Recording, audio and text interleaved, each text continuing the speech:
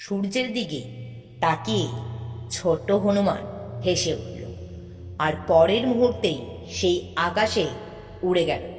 সবাই বলে হনুমান সূর্যকে ফল ভেবেছিলেন, কিন্তু সত্যিই কি এটাই পুরো গল্প, নাকি এর পেছনে লুকিয়ে আছে গভীর এক অর্থ? হনুমান ছিলেন অসীম শক্তির অধিকারী, কিন্তু শৈশবে তিনি নিজের শক্তির পরিমাপ জানতেন না। একদিন ভোরবেলা সূর্য উঠেছিল, লাল উজ্জ্বল আগুনের মতো। হনুমান তখন ভাবলেন, যে জিনিস পুরো পৃথিবীকে আলো দেয় সে নিশ্চয়ই মহাশক্তির আধার, আর সেই শক্তিকে অর্জন করাই ছিল তার উদ্দেশ্য।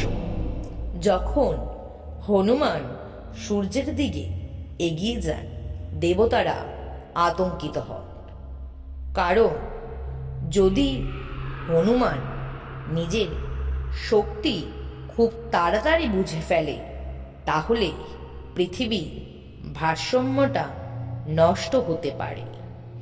এই কারণেই ইন্দ্রদেব বজ্র নিক্ষেপ করেন। বজ্রাঘাতে হনুমান আহত হন, কিন্তু এই আঘাত ছিল থামানোর জন্য নয়, এটা ছিল এক পরীক্ষা। পবনদেব এতে ক্রুদ্ধ হন, তারপর তিনি বাতাস বন্ধ করে দেন। সারা বিশ্ব স্থবির হয়ে যায়।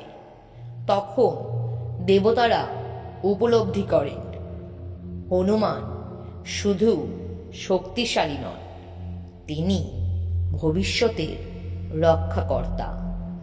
তাই তাকে বর দেওয়া হয় অমরত্ব, অপরাজেয় শক্তি আর সর্বশ্রেষ্ঠ ভক্তির শক্তি।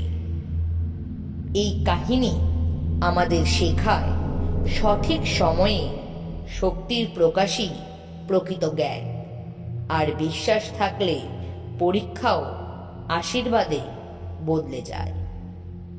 এই রকম আরও অজানা রহস্য জানতে হলে রহস্যপীঠ লিখে সাবস্ক্রাইব করুন, আর রহস্যপীঠের সাথেই থাকুন।